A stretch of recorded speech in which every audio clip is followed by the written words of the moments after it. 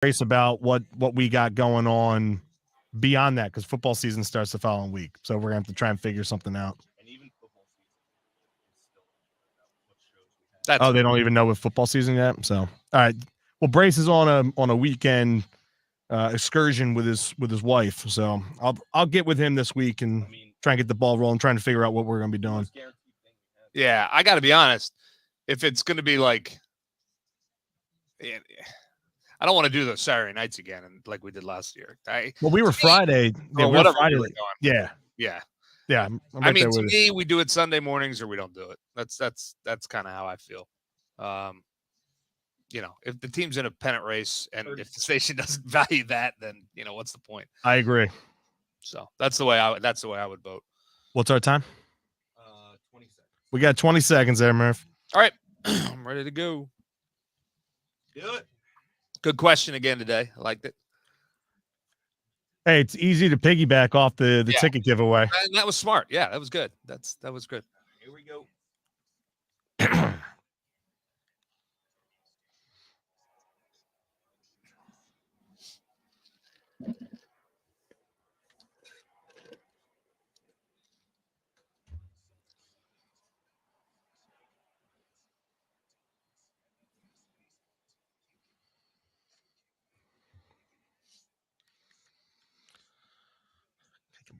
Can I get more volume? Yeah.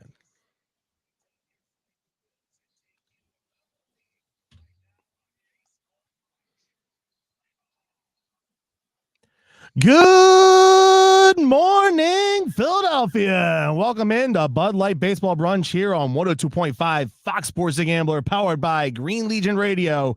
Download that iHeartRadio app, and you can listen to this show crystal clear anywhere worldwide. I'm Chris Sack of Green Legion Radio. I'm broadcasting live from our iHeartRadio studios in Ballard Kenwood, Pennsylvania, with my man Slash. Super Sam Brady is down at the shore. We're all over the place because my co-host, Greg Murphy, is up at Citi Field in Flushing, New York, as the Phillies look to take on the New York Mets this afternoon at 1:40. Zach Wheeler versus Chris Bassett. Let's get over to my man now. Murph, what's going on? How you feeling this morning? Feeling good. Phil's and Mets, the rubber match here at Citi Field this afternoon. And you know what? Coming into this series, Rob Thompson was talking about how excited he was, not just to see his team against the Mets at this point. In fact, he kind of downplayed that part of it. But what he was excited about was seeing these 6 starting pitchers pitch in this series. And so far, the first 4 have not disappointed. They have been absolutely outstanding. And another great pitching matchup today with Wheeler and Bassett. Advantage Phillies, if you ask me, here in Game 3. But, you never know how it's going to play out. But it's been a lot of fun so far. Yeah, no doubt about it. And, the weather has been perfect both Friday night and Saturday night. I was sitting out last night on the patio. A buddy of mine came over, was smoking a couple cigars on the patio, having a couple beers. And I'll tell you, like, it was just, it felt like, to me, that is the best feeling of summer. Like it's a Saturday night. It's in the mid 70s. I got the radio on. I've got my good buddy Scott Fransky, sitting right next to me, and that right there is a soundtrack of the summer. And they were painting the picture for me. I was texting my dad during the game, like at the end, and he's watching it on TV, so I'm on a bit of a delay. And I was like, man, this is it. Like, pennant race baseball down the stretch here. The Phillies are playing great baseball. Another fantastic week, which we'll dive right into. But I can only tell, like, from how I was hearing it last night on the radio, how it had to feel to be inside the ballpark the last 2 nights, Murph. You being there with the team has to be an incredible feeling for you, knowing, hey, it's packed house at Citi Field, back-to-back nights, and it's going to be again this afternoon. Yeah, they had 43,000 here last night. It was a sellout last night, 38,000 on Friday night. Really loud, great energy. You talk about, I know we're only in August right now, but the weather was a little cooler this weekend, so it gave you that fall kind of autumn feel. A little bit of a crisp. It always feels like the postseason when you're playing baseball in that kind of weather. And it felt like the postseason here at Citi Field, and it should, because these are 2 teams that are destined, hopefully, certainly the Mets, but hopefully the Phils as well for the postseason. And it absolutely had that kind of feel to it. Friday night was just an awesome game. Obviously, the Phils end up winning that game, so we enjoyed that one a little bit more. Last night, a terrific baseball game. Phils couldn't get the offense going, but Jacob deGrom was filthy, and the bullpen did just enough for the Mets. So, but like I said, game 3 here, win a series up here in New York, and then head on to Cincinnati. The Phillies would take that, absolutely take that. 2 out of 3 here, and they've got a real good shot of doing that today. Absolutely. Our first segment is brought to you by our good friends at State Farm.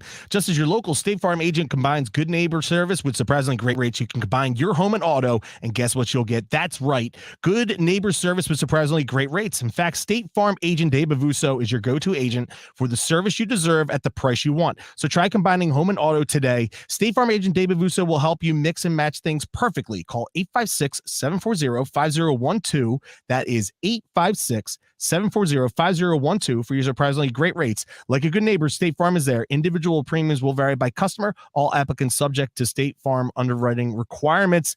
First and foremost, before we dive into our ticket giveaway, I'd like to wish my dad a happy birthday. His birthday is tomorrow, Monday, August 15th. Listen, I know my dad is probably listening right now, and I'm probably going to get a text message for giving this out, but it's a milestone birthday for my father this year. My dad turned 60 years old, and so Dad, happy birthday. I love you. Looking forward to spending time with you at the beach next Monday, the 22nd. And I hope you enjoy your day as always, especially in retirement. Can't get any better than that, right, Murph? I wouldn't know, but yeah, I know. I have 17 jobs, so I don't know anything about retirement. But yeah, happy birthday, Papa Zach. Congratulations, and keep on keeping on, right?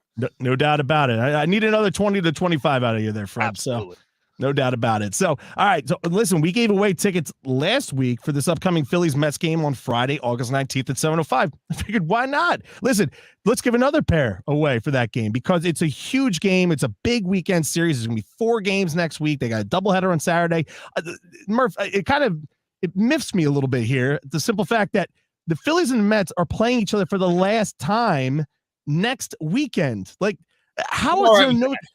I'm all right with that. Well, you might be. I get it. I get it. We want as much. We want that easier part of the schedule towards the end of the season. And the Mets, we've been playing them really tight the last couple series that we've been playing against them. But at the same time, I'm like, man, like I can't believe this is it. You think you're Major League Baseball, you want those Yankees Red Sox games towards the end of the season. Like Phillies Mets, to me, it's not as much of a feel. Like for us, it is that much of a feel. But Major League Baseball is missing out on capitalizing on that towards the end of the season. But nonetheless, we want your butt in those seats on Friday night for that big matchup between the Phillies and the Mets. In order to win, you must answer in the comment section on the Green Legion YouTube channel, the Green Legion Facebook page, or our Twitter handle at Green Legion. Friday night's game against the Mets is followed by a I Love the 90s postgame concert. Sweet. Name something that is synonymous with the 90s. Murph? Yeah. I know you got your top 5. Oh, I could have given you 35 from the 90s, to be quite honest with you. I do have my top 5. I'll go chalk almost on, and I'll give you my one, but I think you have to include it. So I was in 93, I was 22 years old, turning 23, got my first job out of college. And I ended up getting engaged and got married soon thereafter. So at that point, we got a car, and in the car, bolted into the dashboard, was a telephone. And that was unheard of. I mean, it was a car phone, right? It's not a mobile phone. You couldn't take it out of the car, but it was bolted to the dashboard. But man, I would drive around and I would make phone calls, and the little man, you felt all big. Yeah. I thought I was a high roller, and so car phones, right? That was a thing. Right in the early to mid 90s. And at least it was for me. Maybe they came out 10 years before that. I have no idea. But for me, that's when I got one. And the technology was relatively new. Soon they had the bag phones where you could take them out of the car. And then, of course, flip phones and the mobile phones. And here we are. But so that's a memory of mine as it was the first new car I ever had too. And so that was kind of a cool thing. So car phones, and you could throw pagers on there too, because I had a pager at the time as well. So car phones and pagers, the 1990s. Listen, I'm going to take the moment real quick to eliminate one because my best friend Chad is in the room and he said, can Monica and Bill win 2 weeks in a row? No, they cannot. We're eliminating. We're eliminating that one right off the top. Thanks, Chad, for bringing that about. Now we had a little bit of Green Legion Radio flavor last week on the show. All right, so we're going to eliminate that one. For me, and I was saying this earlier, I when I think of the 90s, there's a lot of things that you think about when you think about the 90s, but what really came about was boy bands. I mean, like that at the time, like that was a big I don't thing. think of that. That's not something that I know it's not a top 5 list for you, but like for me, like the late 90s was like Total Request Live, Carson Daly, the top 10 videos, and what dominated the videos every single week were the Backstreet Boys, NSYNC, 98 Degrees, O-Town. Like these were big things back in the day, and the girls were all about it.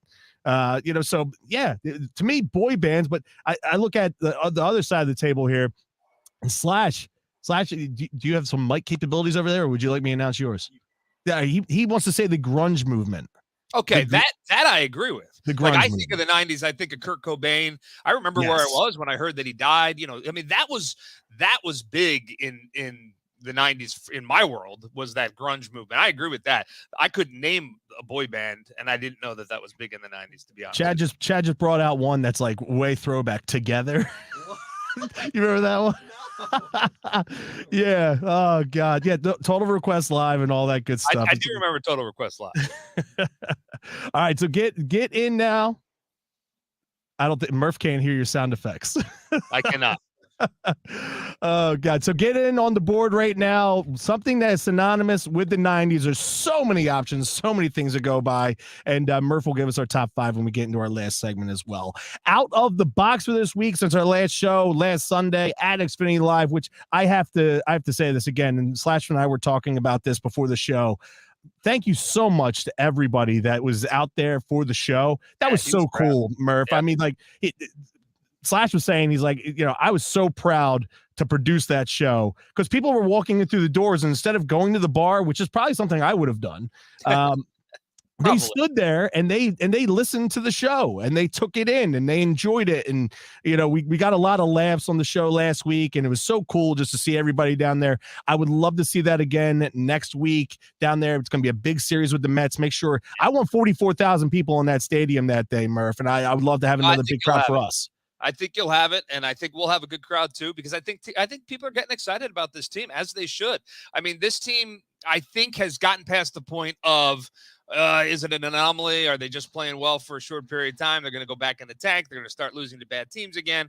I think for the most part, they've gotten over, fans I'm talking about, have gotten over that mental hurdle of the disappointment that we've seen over the last couple of years, and they're starting to believe in this team. And I think that's fair, because I think you just have to look at the starting pitching and the bullpen for this team to really start to believe. Because when you have those two entities at pitching, at a high level, which the Phillies do, it really is easier to sustain, these winning streaks and to avoid these long losing streaks. I mean, you have a guy pitched last night in Aaron Nola. You lose the game, but now you have Zach Wheeler coming back today. So, you think to yourself, okay, and Aaron certainly, I mean, pitched well beyond. He was not the reason why we lost. No. He was outstanding. So I think folks are getting excited about it, and I think that's why we're seeing the crowds obviously increase in Citizens Bank, but why we're seeing them stop and listen to the show as well, because people want to talk about this team. People want to hear about this team, because I think we're starting to gear up for what might be a pretty special September.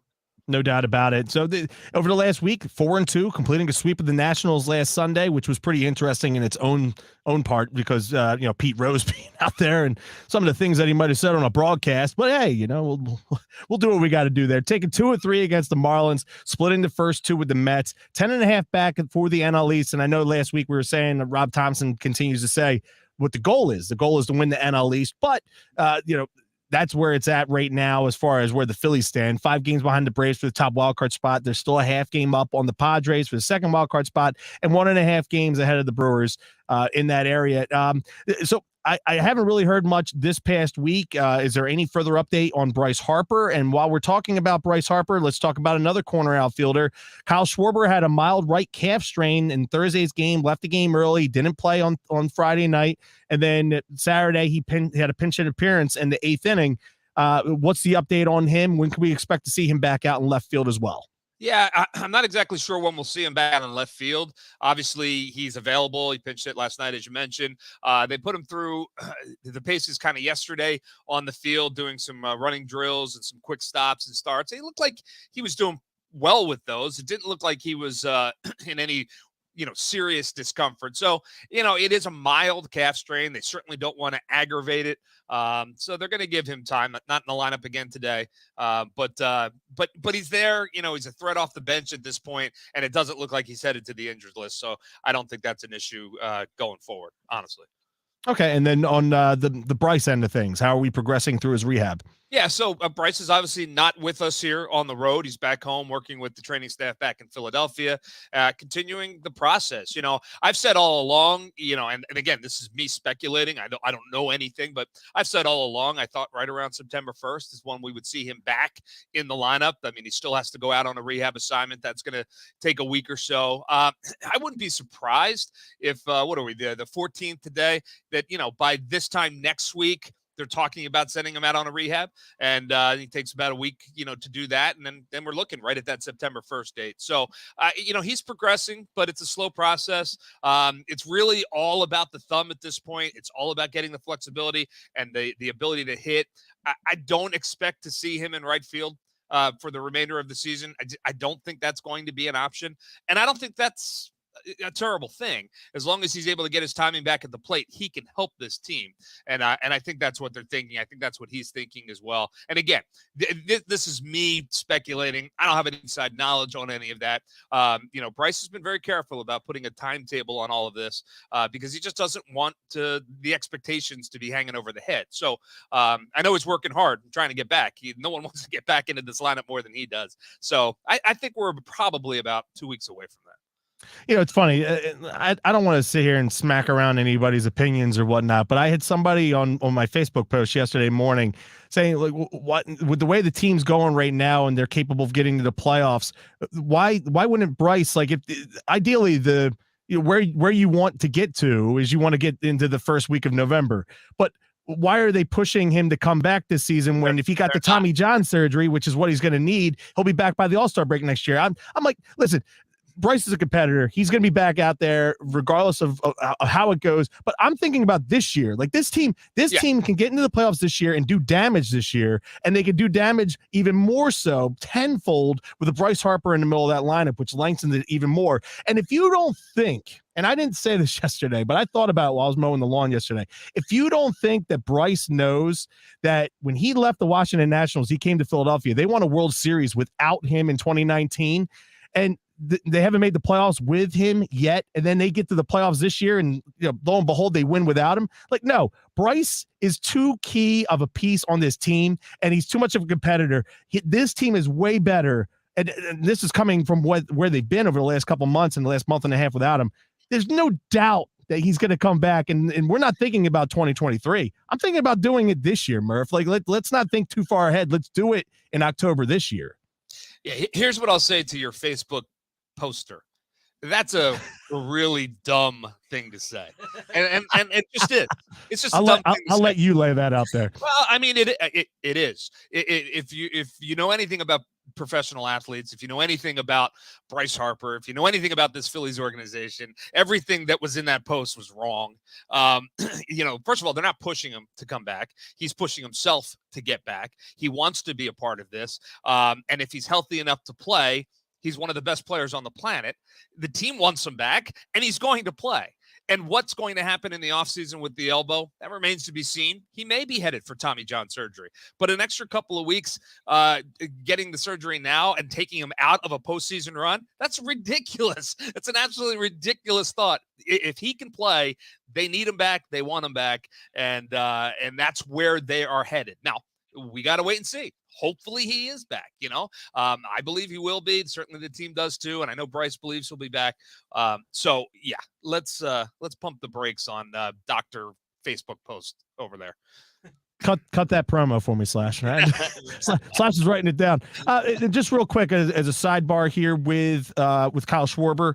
Last night they ran into an issue when he pinch hit from Matt Vierling, and they had to put Garrett Stubbs out in left field for an inning. Is that something that we're going to see more of, as far as like, or like, are they going to maybe option somebody down in the bullpen to bring up some outfield depth? Because if he's not going to be playing the next few days, you're going to have limited outfield depth, especially in the corners. Yeah, you said issue. I don't know if I'd classify it as an issue or not. Garrett Stubbs is a pretty good athlete. You're putting a guy out there. Yeah, I know he's not an outfielder, but he's been getting work out there, and he can probably hold it down for the time being. I don't think they would option a bullpen arm down to bring up another outfielder. Those guys are just too valuable out there, and I think they believe they need each and every arm that they have out there. So I think they feel comfortable enough with Stubbs out there in a pinch, which is exactly what it was last night. So I don't think we'll see a lot of it. Rob Thompson and his staff will be careful to manage it and figure out how they can get through it. If Kyle was, injured to the point where they thought, all right, we're not going to get him back, they would put him on the IL. It would just make sense. So hopefully the fact that he's not on the IL means he's getting close to getting back in there and being able to run around. So, yeah, I think for the short term, that's what you're going to see. And I like I said, I'd be shocked if when it's all said and done, if we sit back and go, oh, geez, Garrett Stubbs out left field costs us 2 games kind of thing. Probably not going to happen, right? Yeah. No, I agree with you for that. Premier Window Cleaning is the leading window cleaning company in Philadelphia and its surrounding areas. Over 30 years experience, they offer commercial and residential window cleaning, pressure washing, parking garage cleaning, graffiti removal, post-construction cleaning. Every employee is trained, certified, and goes through an extensive background check. At Premier Window Cleaning, your satisfaction level needs to be 100%, as no job is complete until you're happy. With clients like Lincoln Financial Field, Comcast, Chop Roberts, and University of Pennsylvania, you cannot go wrong. For more information and a full list of services, give them a call at 267-534-5198. That's 267-534-5198, or head to their website, wehatedirtywindows.com. That's wehatedirtywindows.com. That was probably the fastest first segment we've had here on Bud Light Baseball Brunch. We have so much more content to tackle in the next segment, as well as we're going to talk a little bit at the end of that segment after we talk more Phillies about a certain player in Major League Baseball being suspended 80 games. Pure stupidity, if you ask me. Right here, Bud Light Baseball Brunch, 102.5 Fox Sports The Gambler. We'll be right back after these messages. That did go fast. You're right about that. I couldn't believe you were reading that promo. Woo! It's just those little things that push my buttons. It's just like... it's funny, because we were talking in the green room before you jumped on, and I was like, man, I've been pressing Murph's buttons a little bit over the last couple weeks. I was like, Jim Salisbury, Nick Castellanos, and what was the other? Bill and Monica. Well, that didn't press my buttons. That's just goofy, if you ask me. But no, you know me. I hate the dumb non-stories. That I just hate them. I know it's a sports radio staple, but I'm not on board. And if I can avoid them, I avoid them. I'm right there with you. It's funny because I had a conversation with Jim yesterday. He and I were just talking yesterday, and I said, yeah, you were a topic. I said you were a short topic of conversation on my radio show on Sunday mornings, and he's like, oh, why? And I told him, and he's like, it's so stupid, People don't understand. And I'm like, I'm with you, Jim. That's what I said. But did you give the statistics at least? What are the statistics? So, like how Castellanos had done since that moment in time. I think it was like he was batting like 360. Number known to, I don't have to give Jim Salisbury the statistics, but I can also tell you that he knows he has nothing to do with it. It's just those guys. I love Jim Salisbury. He does phenomenal work. He's the best. We've got great writers in this town. Oh, him and Zoe. I've always been a fan of Zoe. Matt Gelb to me is a brilliant writer. I think he is. He's so good. They all are. I mean, you're right. Zoe, Scott Lauber of the Inquirer. We don't talk about him a lot, but man, if you read his stuff on a daily basis, you talk about a guy that knows the game of baseball. We're very lucky. Very lucky. I mean, it's not a surprise. We're Philadelphia, but we're lucky to have the guys that we have. You need to perform like that though in a city of Philadelphia, because that's the type of work and performance that you need to adhere to. You're absolutely right. And, these guys, they get there. They get to Philadelphia because they have those qualities for sure. So we got 50 seconds. Okay. I also cut some iHeart spots out to make the spots shorter. So Okay. some of them were like, I think one of the spots was like 4:30. I cut it down to like 3. Good stuff. What 90s song you bring me back to? Oh man. Hey, when I was coughing there, I had my mic down, right? You guys couldn't hear me coughing, right? No. You're good. Girl. Ah, it sucks that Murphy can't hear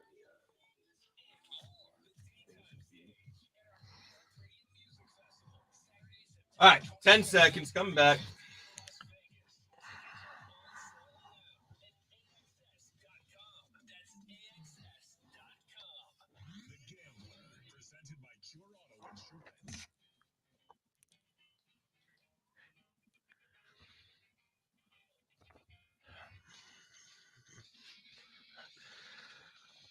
Yes. Welcome back. Second segment here on this beautiful Sunday morning in the Delaware Valley. Smells like Teen Spirit by Nirvana. It's unfortunate you didn't hear that one there, Murph. I got it right here. I had to let the drums go before I even could talk. Dave Grohl, one of the greatest of all time, one of the greatest musicians of all time. I can't wait for the Foo Fighters to get back on the road eventually. Obviously they're gonna have to replace Taylor Hawkins at some point along the line, but what a truly great musician to go from Nirvana and now to be the head man of Foo Fighters over the last 20 plus years. It's been an incredible run for him for sure. Yeah, no doubt about it. And like, we were talking about, I guess maybe it was before the show. No, it was on the show. Nirvana, for me in the 90s, that whole grunge movement and Kurt Cobain and everything, that was a big part of my college days, and then a big part of my, years after college as well. So ladies man Murph was a grunge Murph back in the day. Well, I had my fair share of flannel. So. and long hair. I had long hair. So you were Al Borland before Al Borland. Which was, speaking of the 90s, Tool Time. There you go. There you go. Yeah. Home improvement, huh? Hey, listen, the weather is still great, and it's going to be great for the next few weeks. That's why you got to go check out our friends over at the Ludlam Bar and Grill, 4000 Landis Avenue in Seattle City. The old La Costa, the complete renovation is finished, but there's more to come because we saw how they're going to continue to renovate the property there over the next year for summer 2023. It's going to be fantastic. You guys have to get down there and drink the La Costa lemonade. I'm still jonesing for it. I need more of it. I'm going to have to get down there before the season is over. Check out ludlamhotel.com. That's Ludlam, Ludlam, hotel.com, or call them at 609-263-7829. That's 609-263-7829 for all your reservation, dining, or entertainment questions. The Ludlam Bar and Grill, your new oasis in Seattle City. Listen, we were talking about during the break, we were talking about how great the writers are for the Phillies. And while we were talking about that, we were talking about how great Jim Salisbury and Todd Zalecki and Scott Lauber, how great those. You brought up Matt Gelb, and the funny thing is I saved this the other day that Friday, then he tweeted this out, was the 6th time since 1962 that the Phillies and Mets would play each other while both clubs were 13 plus games over 500. Just 6 times. It hasn't happened since September 7th, 2008. Now, for me, that date is important. Why? Because I had tickets for the 6th, and it was a rain game. So it was rained out, and I went up there, and the Phillies were already on Sunday Night Baseball. It was supposed to be Cole Hamels versus Johan Santana that night. So they pushed back that game to Sunday afternoon, the Saturday game, and it was Pedro Martinez and Jamie Moyer. Wow. And the Phillies, there was a lot of Phillies fans during the day game. Like we completely took over Shea Stadium, and they were the last 2 games ever at Shea Stadium between the Phillies and the Mets. And then we decided to stick around for the nightcap. So we were like, all right, cool. Let's go to the game that night. We went out to dinner. We came back and saw Cole Hamels, and the Mets won that night. They won the last game between the Phillies and Mets at Shea. And I came out to we used to call it the tailgate machine, my 95 GMC Jimmy. And I had a Chase Utley decal installed in the back window. And I don't think it went over well in Queens because when I came back out to my truck that night, the side view mirror on my Jimmy is hanging on the driver's side by the cord. that's hooked up. So I had to drive home, and it was raining that night on the way home. So I had to put it inside, and I had like a small gap between the window and that cord, and I'm getting rained on the driver's seat of my 95 Jimmy. But it was a great time. I feared for my life that night because we sat in the very last row up in left field by the foul pole and up against the chain link. And oh man, it was it was definitely a complete crap show. Yeah. Let's just put it like that. Well, and that's a great memory. That since you made it home safely, it's a great memory. You know what's interesting about that stat, and we should give credit. So Matt Gelb asked the question, and our PR staff here at the Phillies were able to track down that information. Chris Ware, and the interesting thing about that stat about being 13 games over 500 and facing one another. I mean, to me, you think to yourself, well, these teams have faced each other a ton when they've both been good, but they really haven't. 4 of those first 5 happened in 2008. 2 happened in the same series. So it's almost like it's really only happened twice. Well, now 3 times. So it happened in 1976. Both teams were really good, right? Phillies were really good, and the Mets were pretty good. They were, over 500, 13 plus. But and then it happened in 08, where both teams, both teams were good in 07, but it happened in 08 4 times, and now it's happened here in 2022. To me, it's remarkable the amount of times that the Phillies and Mets have gotten together and the rivalry that exists between these two. They really haven't been good at the same time very often, and it's kind of cool, which makes this weekend even more fun as we go through it. And I've said this all along. I've been saying this for the last couple of weeks. It's just how much fun this is. 3 of the top 6 records in all of baseball reside in the National League East. Yeah. And 2 of them are our biggest rivals, the Mets and the Braves. And you look at that, and it's just like, how cool is this stretch run going to be over the next month and a half, knowing that these 3 teams are all going to be slugging at it. And listen, the Mets have a pretty good control right now over the division, but at the same time, like having these 3 teams going at it and battling and knowing that, hey, listen, as much talk as there's been about the NL West from Dave Roberts being the toughest division, and then the American League East and that being the toughest division. I know we're beating up on the Nationals and the Marlins. All 3 of us are doing our fair share of that, but these 3 teams are up there in the top 6 records in baseball for a reason. Yeah, agreed. And, the Mets have had the Phillies number this year. So that's why, getting out of here 2 out of 3 in this series is a little bit of a statement for the Phils, and then you come back, and I haven't actually gone and looked at the pitching matchups. We're obviously going to see I think we'll see Scherzer on Saturday or Sunday. Yeah. I don't think they'll see DeGrom. So, and the Mets will see both, they'll see Nola, and I believe they'll see Wheeler. Wheeler should be on Saturday. Yeah. So, again, they come in for 4 games in 3 days and another chance to kind of make a statement. The Mets are going to win the overall season series with the Phils, but the Phillies certainly can make it a little bit more competitive by winning a couple of these final games. See, I was looking at Friday night's game as a reason to sit here and further accentuate why this team is becoming a great team. With Schwarber's injury on Thursday afternoon, the Phillies were forced to make some changes with their lineup and their defensive positionals out there on Friday night. And, if the game played out the way that it did, how it did, and someone said to me, they're like, oh, well, Schwarber could have hit a solo shot, or he could have hit a home run. He's got great numbers against Scherzer.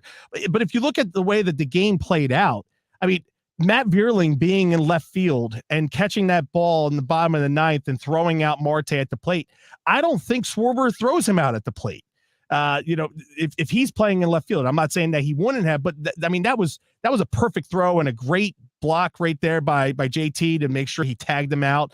And then if you look at his replacement in the leadoff spot on Friday night was Bryson Stott, who became the first player in Major League history against Max Scherzer to reach base safely 4 times in the same game against Scherzer. He's 6 for 7 against Scherzer lifetime now. And then he scored both of the Phillies runs. Alec Boehm had both the RBI. It's just like, what makes a great team is being able to utilize everybody on your roster, all 26. And the Phillies are getting contributions from all 26. Yeah. And that right there, you're already without Bryce Harper. You take Kyle Schwarber out of the lineup, and the Phillies find a way to steal a game that Max Scherzer starts on a Friday night to start off the series in Queens. Phenomenal job by the Phillies and their youngsters.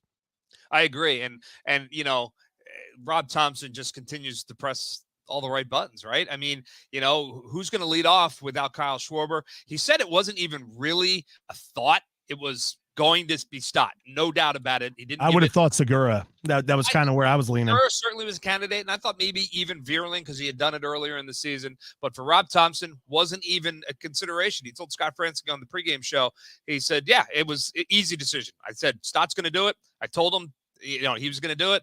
Everybody else kind of stays the same in their comfort zone in that lineup. Stott moves up. It obviously worked out very well for them. So, Rob continues to do it and push those buttons, and it's been fun to watch. Absolutely. And just a quick sidebar here on Bryson Stott. Since the calendar turned to June, he has proven that he belongs here and what kind of a ball player that he actually is. I was looking at the stats this morning. I was thinking about it yesterday because my dad is a big fan. He's like, I really like this kid and the way that he plays. He's like, I don't want to put a designation on him, but he kind of reminds me of Chase to a certain extent with certain things that he does. Yeah, very high praise. My dad doesn't like to do that. My dad, I'm kind of, you may find this to be a surprise, but I'm the one that likes to go overboard with a lot of things, especially in my family. My dad doesn't like to go down that road, but Bryson Stott batted 133 in April, 116 in May. Since June, and the batting average is still kind of low, but 238 in June, 226 in July. He had a combined 7 home runs and 25 ribbies during June and July after no home runs and 7 RBI in the first couple months of the season. Now he's batting 351 in August, and we're midway through August. The kid is really showing, and I think he did this last year in the minor leagues, right? Like he kind of, when they transitioned him, he kind of got off to a little bit of a rough start, but then once he got his bearings right, and then he got the winter ball, and he was just tearing the cover off the ball. This right here, I know we've been talking about Bohm and Sir Anthony Dominguez and Ranger Suarez, but the youth movement and Bryson Stott and him being a top prospect, this further just shows that the Phillies have kids here that are going to provide not just for this year and benefit from this year, but they're going to benefit for years to come for them gaining this kind of experience. Yeah, agree. And I don't know if we talked about this last week or not, Zach, but I had a conversation with Dave Dombrowski in the last 7 days or whatever. And I said, hey, you had to feel pretty good when you looked out at your infield the other day and you saw Derek Hall at first, Nick Maton at second, Bryson Stott at short, and Alec Bohm at third. 4 homegrown guys right there in your infield. When was the last time you could say that about a Phillies team? Now, they're not all starters. It should have been Scott Rowland with Utley, Rollins, and Howard, but we didn't get that. Been, right? but it's hard to keep guys like that together. And so it was just, it struck us as, an important moment, in the development of the Dave Dombrowski Philadelphia Phillies and the leadership that goes down through the minor leagues, player development, the drafting, all of that. That's where the Phillies probably needed the most improvement in order to become that team that competes each and every year, which is exactly what they want. That's exactly what they're working for. And they're getting closer and closer to that as the years go on. Over the last couple of years, you've seen a big change, and it's starting to pay off, and it's, again, it's fun to watch. And that's how winning teams do it, because you're able to keep the payroll down a little bit if you're getting young guys to contribute. And that's what you have to do, because then you can add your superstars in here and there and never kind of mortgage the future. So, the fundamentals of the Phillies have really looked good, in particular since midweek.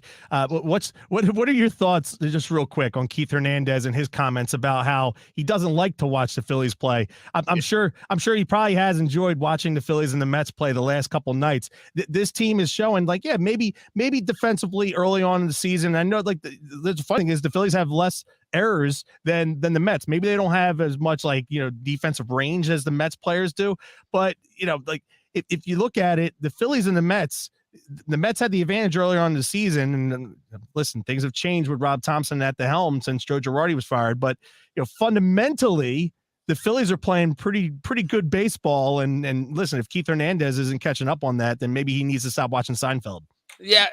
Well, here's what I think.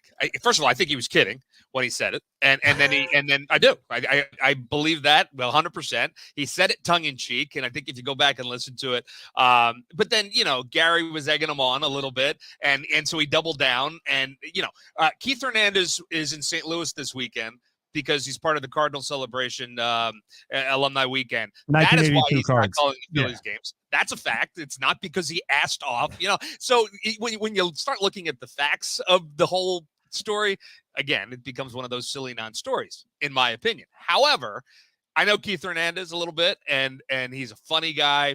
And I do know that over the lean years of the Phils, the 2014s and 15s and 16s, he would lament that the Phils were a tough team to watch. And, quite frankly, I think we can all agree at times they were a tough team to watch.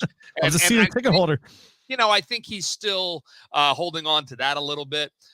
You can bet, because, I know it for a fact, he is getting all kinds of reminders of how well the Phils are playing over the last couple weeks and months at this point. So, again, I think he was joking, and then he ran with it kind of thing, and it became a story, and everybody's talking about it, and that's fine. But at the end of the day, all you have to do is look and watch these two teams and know that they're pretty similar at this point in terms of the way they play fundamentally. So, real quick, Fernando Tatis Jr. suspended 80 games for steroid use, PED use. Your thoughts on that? Because I saw the video clip yesterday. It was probably about 45 seconds, and he got completely bodied by Mike Clevenger and Manny Machado. They took him to task, and you let the team down at the beginning of the season when you had your motorcycle accident, and then lo and behold, here we are months later, and they're expecting to get you back, and this is what happens. He's got to grow up, Murph. He's one of the best young players in the game, and to not have him around, in particular down the stretch with that Padres team, and that's good for the Phillies to an extent that they're not getting him back, because it kind of makes things a little bit easier. But this kid has to grow up for the good of the game moving forward over the next 15 years. Yeah, well, you would hope, and I think you could say that about a lot of people in a lot of walks of life. Baseball's no different. And I was really surprised at how quickly his teammates called him on the carpet. And I think it's great. I think it's great for baseball. I think it's great for Fernando Tatis to hear. And I think it's great that the teammates feel that strongly that they'd come out, because we live in a society now where people don't do that, right? You don't call people on the carpet anymore, even when they deserve to be called on the carpet. And I grew up in a time where you did just that. And so to me, it was really refreshing to watch his teammates be like, look, we're counting on you, and you're letting us down again. And it's unacceptable. When I saw the news, I was floored. I couldn't believe what I was reading. And his general manager, AJ Preller, came out and called him a disappointment, told him that he needed to mature. I mean, they pulled no punches out there in San Diego. They were trying to build a super team to compete with the Dodgers down the stretch, and he blew it. He blew it for the rest of them. Now, it's not to say the Padres can't go deep into the playoffs, because they can. It's a really good team. But to your point, everybody who's chasing them, or everybody who's right in front of them, like the Philadelphia Phillies, it's good news, because he's a great player, and they were going to have a lineup as good as anybody in baseball. And now they're going to be one shy of that. And, it's crazy to think, with all the money that's involved and all, although he won't lose probably a whole lot. So I guess that's not an incentive anymore, but it's just mind boggling that these guys continue to make these poor decisions, for sure. It's not a poor decision, is booking a trip this football season with the Green Legion. You want to make sure that you hop in with us. Chicago, Arizona, Indianapolis, Houston. We're going down to DC. We're going to boo Carson Wentz. Well, you guys can, but we're going to go down to DC for sure. We're going to go up to the Swamp and see the Giants and Danny Dimes. Make sure you guys go to greenlegion.com or call the office at 215-666-5940. It's going to be a great football season. Jalen Hurts looked fantastic in his limited action on Friday evening in the Birds preseason opener. It's going to be a lot of fun this football season, and the only place you want to be is with us, the Green Legion, for sure. In our last segment, we're going to have to update us on how we did last week with our picks. We're going to award the tickets for this upcoming Friday's game, and can you believe it? Right here on 102.5 Fox Sports The Gambler. This is Bud Light Baseball Brunch. We'll be right back after these messages. Whoop, whoop. I'll tell you, Musgrove too. His comments. I thought Preller's comments were. I didn't watch it. Did you see that? I didn't see Preller's comments. All I saw was it was like a 45-second clip. Well, Clevenger buried him, which out of all the guys, he probably has the least amount of credibility just because he's made some mistakes, although much. Oh, Clevenger? Yeah. Yeah. But still, I loved it. Put that man in a body bag. Like, it's disappointing because like over the years, like, with Ryan Braun, I thought Ryan Braun was a hell of a ball player. And then you found out that he was being aided, but like, and then what he did to the FedEx driver, and costing him his career. But, these guys, I mean, baseball's the toughest on the players when they fail performance enhancing drugs, like as far as the suspensions are concerned, but they're still getting rewarded with these astronomical contracts. Yeah. And like, how much money like is 80 games and how much are you really losing? In the grand scheme of things, this is a drop in the bucket compared to what he already signed up for. Yeah. And that's the problem is that they say to themselves, well, if I take them, I might not get caught. And if I do get caught, but I get a mega contract because I took them, it's still a win for me. I mean, as long as you don't care about your reputation, because he'll always be now tainted by that. Hey, I don't Murph. know. Yeah. Sorry, I didn't mean to interrupt you. I just wanted yesterday on our morning show at Parks with Dick Girardi and Mike Kern, they were thinking the Padres knew this was coming. That's why they made that deal for Juan Soto and Josh. Very possible. Yeah. You think so? Yeah, I do. Yeah. And I would go as far as saying that it wouldn't shock me if they try and trade Tatis. Wow. Because getting Soto was like, oh my God, this team is ridiculous how much money they're spending on these mega contracts. Well, maybe they've said to themselves, we're going to get rid of one of them in the offseason. So I think that's possible too. Good stuff. 130. All right, when we come in, give me your 5, and then I'll give you the 11. Okay. So I'll kick it right over to you, and then we'll do our picks. All right. Even though Murph can't hear it, what's his number 190 song? What's your number 190 song, Murph? Oh, geez. No, because I'm old, so it's a Billy Joel song. So you're not gonna play it. Go with River of Dreams. Yeah, it's River of Dreams. I love River of Dreams, man. I had that cassette. I have some really great memories tied around that song, with a couple of family folks. So that would be my number one. But in the middle of the night, I was walking in my sleep. 30 seconds. We got 30 seconds. All right. Zombie Cranberries. What's that? That's her favorite song, I guess. Is that Zombie Zombie by the Cranberries? I hate that. I hate that song. I like the Cranberries. I like the Cranberries too, just not that song. That anytime that song comes on the radio, I'm changing the dial. Which one? Zombie. Zombie. Yeah, I like it.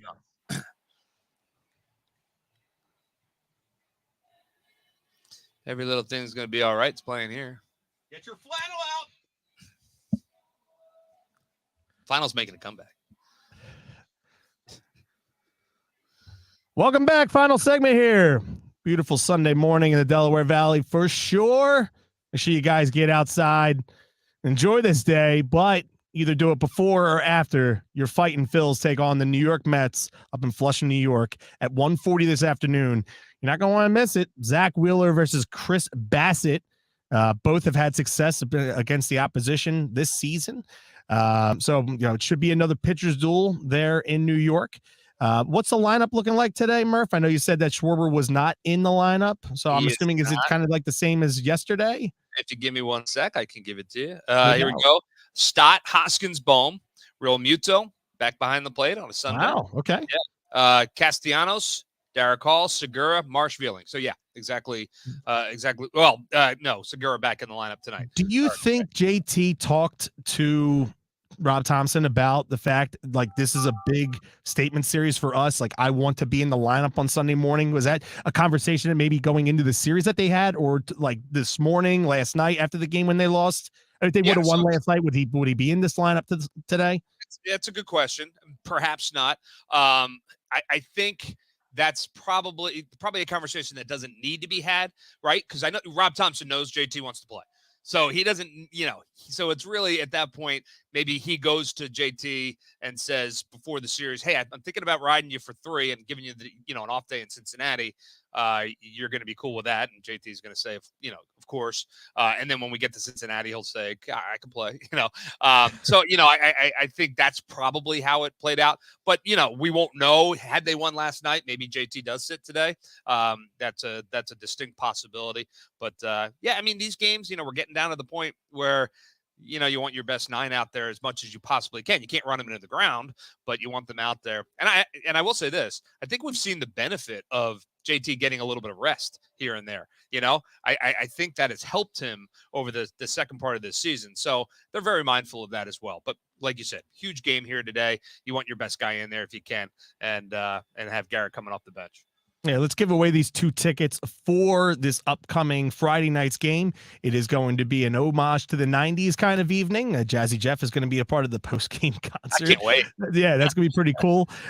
So I'm looking at it right now, Murph. I have 11 candidates here. Why don't you real quick give me your 5, because we have so much more to cover, and we've got 9 minutes left. So here it is, real quick for me. All right, I already told you, car phone pager, number 5 for me.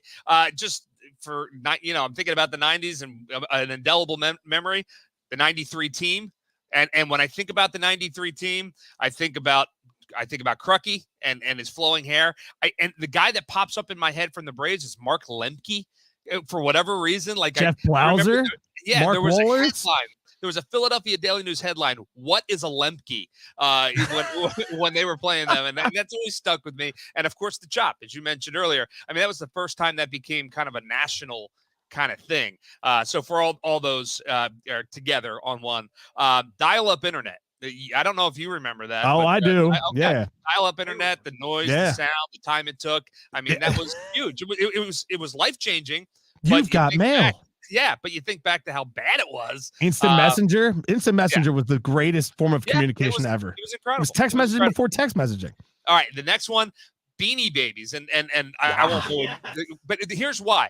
One of my first jobs was selling stuff on QVC Home Shopping Network, and one of the things I sold were Beanie Babies. So I had to dive into all the collectability of Beanie Babies and what made them special. And people thought these were going to be life-changing investments, and then they turned out to be stuffed animals, which is exactly what I probably would have predicted back then. But Beanie Babies is a big thing for me. And finally, Blockbuster.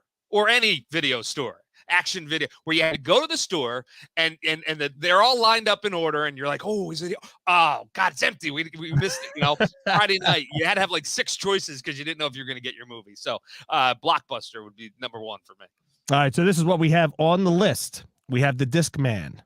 Oh, yeah, number 6 for me. Beanie Babies. Oh, there you go. Neon Windbreakers. The LA Riots. Airwalks.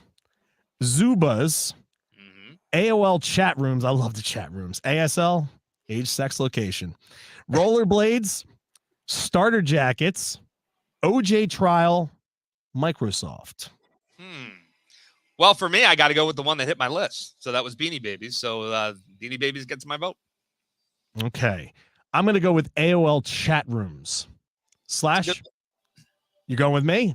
Back-to-back weeks, I got the tiebreaker. Yeah. You know what? I'm kind of cool with that because, I had the dial-up internet. It kind of all plays together. So, that when you think about the 90s and, changing the world, that really is. Beanie Babies didn't change the world. So we'll give the dial-up internet / AOL chat rooms the win today. I'm fine with that. Sounds great. All right, so let's go to our picks now. Sam will put up who won the tickets here in a bit, and then we'll offer our congratulations to them once that comes across.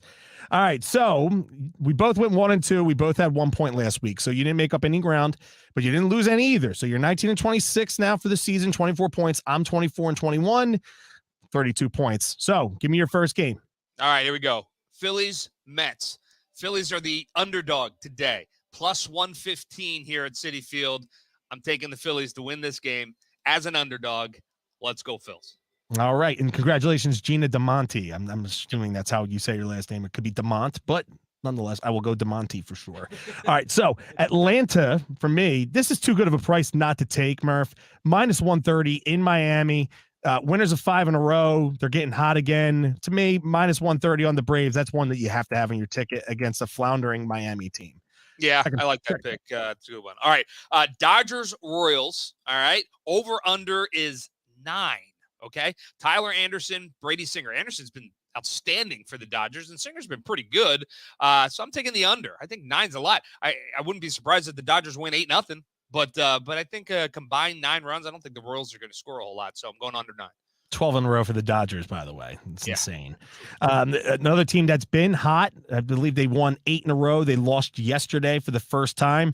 The Cleveland Guardians, they're an underdog today in Toronto, and with good reason. I mean, but they're a plus 120. Shane Bieber on the hill for them. Kevin Gausman on the hill for Toronto. Like I just said, I mean, they're hot. To me, they get back on the horse today. They're going to win today in Toronto, win that series. Guardians plus 120. Your last pick. All right, final pick. Brewers, Cards. Cards are the favorite, minus 145. It's Michaelis and Ashby. The Brewers beat the Cards last night. I think this is game 3 of the series, final game of the series. I'm going to take the Cards. I just think they're a better baseball team. And I think the Brewers, I like Michaelis a lot. I think he can really pitch. So minus 145, they're my favorite today, Cardinals. Okay, my over-under for this week is over 7.5, minus 115. Astros, A's, Cole Irvin and Christian Javier. It's just a feel. This kind of like line for me, 7.5, looks like something you would see for DeGrom and Nola, let alone for these two. To me in Houston, I'm going to go with that. Can you believe it?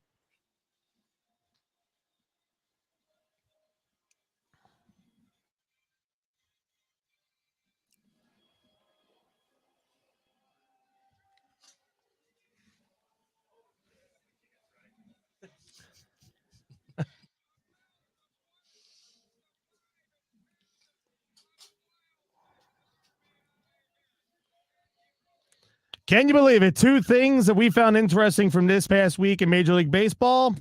On my side of things, it might be minor league baseball. Murph, give me your first one. All right. So you just mentioned the Dodgers. They're the first national team to win 12 straight games by multiple runs since the Pirates have a 13-game win streak that was snapped back on August 13th, 1922. That was the last time that it happened. That was 100 years ago and a day ago. And that's what happened. And the Dodgers have just gotten to 12. So there you go. All right. My first one for this week, Murph, and this is why I teased it with the minor leagues. The other day, Cardinals minor leaguer Chandler Redmond, he hit the home run cycle. He had a solo shot, a 2-run home run, a 3-run home run, and a grand slam in 4 consecutive innings. Amazing. It's only been done once before in the minor leagues and never in the major leagues. Yet the Phillies just can't get over the hump, and for the first time in 18 years, and actually someone hit for the cycle and rid myself of David Bell. It'll happen. All right. Finally, and the Phillies know this all too well, the Mets' Jacob deGrom in 2022, he's faced 56 batters, 28 strikeouts, and 7 base runners. No other pitcher in the modern era has had a 3-start span where he struck out at least half the batters he faced while having 4 times as many strikeouts as base runners. Good Lord. He's been good since he's been back. Yeah, no doubt. And listen, this one is just a quick side fun thing. I had a couple others, but courtesy of Kevin Cooney, the 3 games that everyone fretted about at the beginning of the week against Alcantara, Scherzer, and DeGrom, the Phillies went 2-1 this week against all 3. I know it was tough trotting against baseball. Those, but that's baseball. You got something, Slash? Hold on, Slash has one for us as well. So we got an additional one. I'm sure you guys saw this, but Bryson Stott, the first player in history to reach base 4 times against Max Scherzer. I did see that. Yeah. Oh, you did say that? Well, no, and I saw it with my own 2 eyes. It was amazing. Yeah, you know what? I don't know if that says more about Bryson Stott or if it says more about Max Scherzer. It says a lot about both of them, quite frankly. It shows how you think about what Scherzer's been able to do in his career. Slash, can we cut that for a promo? I'm sipping my coffee. All right. So what else do we have this Hanging week? on our every word. So, Yes, absolutely. He doesn't have to worry about this show. Like he doesn't have to hang on every word that we have. Today's rubber game against the Mets, 3 in Cincinnati before an off day on Thursday, and then 4 big ones at home against the Mets next weekend. We have a huge week ahead there, Murph. Yeah, absolutely. I think we're going to be able to say that every Sunday at this point, Zach, going forward. Love it. Love it. Yeah, I do too. Right. That's what it's all about. And it's no different. The team will finish up here today. Love to see them get the series win here in New York, as we've said, head off to Cincinnati, a team that's, it's not the bottom of the barrel, but that's a team that you can probably do some damage against. And you got to continue to beat up on those teams that you're expected to win against. So hopefully they're able to do that. But let's keep it rolling. And the Mets come to town next weekend, so it's going to be fun. Let's pack the ballpark. Let's pack the ballpark. Let's see a bunch of people down there at Xfinity Live while we're doing the show. Coming up, The Divide live from noon to 1. Balls, bats, and bets with TKO Timmy O'Keefe from 1 to 2 this afternoon. For Greg Murphy at Citi Field / in studio, Sam somewhere in Seattle City. I'm Chris Sack, and like a 3-1 pitch to Ryan Howard, we are out of here, baby. Let's go Phillies. Let's win this series, and let's have another great week of baseball here in the city of brotherly love. I'm sorry, I didn't. That's funny. I feel like an idiot. All good. All He's good. like, Murph, he's like,